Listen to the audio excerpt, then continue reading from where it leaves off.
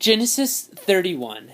Jacob heard that Laban's sons were saying, Jacob has taken everything our father owned and has gained all this wealth from what belonged to our father. And Jacob noticed that Laban's attitude toward him was not what it had been. Then the Lord said to Jacob, Go back to the land of your fathers and to your relatives, and I will be with you. So Jacob sent word to Rachel and Leah and to come out to the fields where his flocks were. He said to them, I see that your father's attitude toward me is not what it was before, but the God of my father has been with me. You know that I have worked for your father with all my strength, yet your father has cheated me by changing my wages 10 times. However, God has not allowed him to harm me. If he said, The speckled ones will be your wages, then all the flocks gave birth to speckled young. And if he said, The streaked ones will be your wages, then all the flocks bore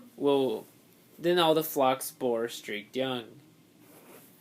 So God has taken away your father's livestock and has given them to me. In breeding season, I once had a dream in which I looked up and saw that the male goats mating with the flock were streaked, speckled, or spotted. The angel of God said to me in the dream, Jacob. I answered, Here I am. And he said, Look up and see that all the male goats mating with the flock are streaked, speckled, or spotted. For I have seen all that Laban has been doing to you.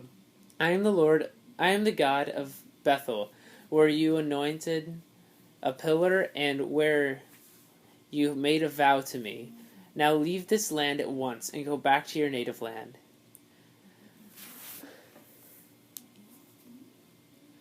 Then Rachel and Leah replied, Do we still have any share in the inheritance of our father's estate? Does he not regard us as foreigners?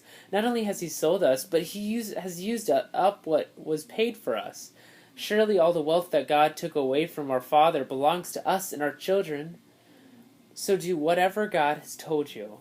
Then Jacob put his children and his wives on the camels, and he drove all his livestock ahead of him, along with the goods he had accumulated in Padan Aram, to go to his father Isaac in the land of Canaan.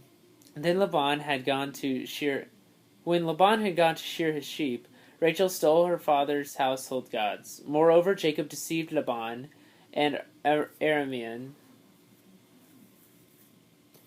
Moreover, Jacob deceived Laban the Aramean by not telling him he was running away. So he fled with all he had, and crossing the river he headed for the hill country of Gilead. On the 3rd day Laban was told that Jacob had fled. Taking his relatives with him, he pursued Jacob for 7 days and caught up with him in the hill country of Gilead. Then God came to Laban the Aramean in a dream at night and said to him, Be careful not to say anything to Jacob, either good or bad. Jacob had pitched his tent in the hill country of Gilead when Laban overtook him, and Laban and his relatives camped there too. Then Laban said to Jacob, What have you done? You've deceived me, and you've carried off my daughters like captives in war. Why did you run off secretly and deceive me? Why didn't you tell me, so I could send you away with joy and singing to the music of tambourines and harps? You didn't even let me kiss my grandchildren and my daughters goodbye. You have done a foolish thing. I have the power to harm you, but last night the God of your father said to me, Be careful not to say anything to Jacob, either good or bad. Now you have gone off because you longed to return to your father's house. But why did you steal my gods? Jacob answered Laban, I was afraid because I thought you would take your daughters away from me by force. But if you find anyone who has your gods, he shall not live. In the presence of our relatives, see for yourself whether there is anything of yours here with me, and if so, take it. Now Jacob did not know that Rachel had stolen the gods. So Laban went into Jacob's tent, and into Leah's tent, and into the tent of 2 maidservants, and he found nothing. After he came out of Leah's tent, he entered Rachel's tent. Now Rachel had taken her household gods and put them inside her camel's saddle, and was sitting on them. Laban searched through everything in the tent, but found nothing. Rachel said to her father, Don't be angry, my lord, that I cannot stand up in your presence. I'm having my period. So he searched, but could not find the household gods. Jacob was angry and took Laban to task. What is my crime? He asked Laban. What sin have I committed that you hunt me down? Now that you have searched through all my goods, what have you found that belongs to your household? Put it here in front of your relatives and mine, and let them judge between the two of us.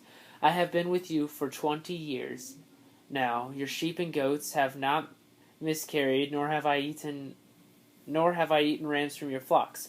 I did not bring you animals torn by wild beasts. I bore the loss myself, and you demanded payment from me for whatever was stolen by day or night.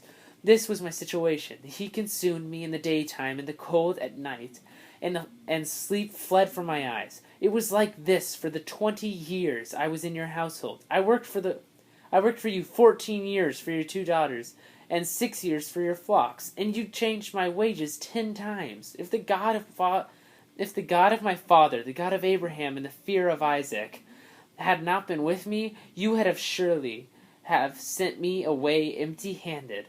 But God has seen my hardship and the toil of my hands, and last night he rebuked you. Laban answered Jacob, the women are my daughters, the children are my children, and the flocks are my flocks.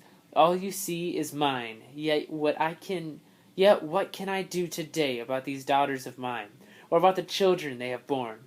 Come now, let's make a covenant, you and I, and let it serve as a witness between us. So Jacob took a stone and set it up as a pillar. He said to his relatives, gather some stones. So they took stones and piled them into heaps, and they piled them into a heap. And they ate there by the heap. Laban called it Jegar Sahadutha, and Jacob called it Gilead. Laban said, this heap is a witness between you and me today. This is why it was called Gilead. It was also called Mizpah, because he said, May the Lord keep watch between you and me when we are away from each other. If you mistreat my daughters, or if you take any wives besides my daughters, even though no one is with us, remember that God is a witness between you and me. Laban also said to Jacob, here is this heap, and here is this pillar I have set up between you and me. This heap is a witness, and this pillar is a witness that I will not go past this heap to your side to harm you, and that you will not go past this heap and pillar to my side to harm me. May the God of Abraham and the God of Nahor, the God of their father, judge between us. So Jacob took an oath in the name of the fear of his father Isaac. He offered a sacrifice there in the hill country and invited his relatives into a meal. After they had eaten, they spent the night there. Early the next morning, Laban kissed his grandchildren and his daughters and blessed them. Then he left and returned home.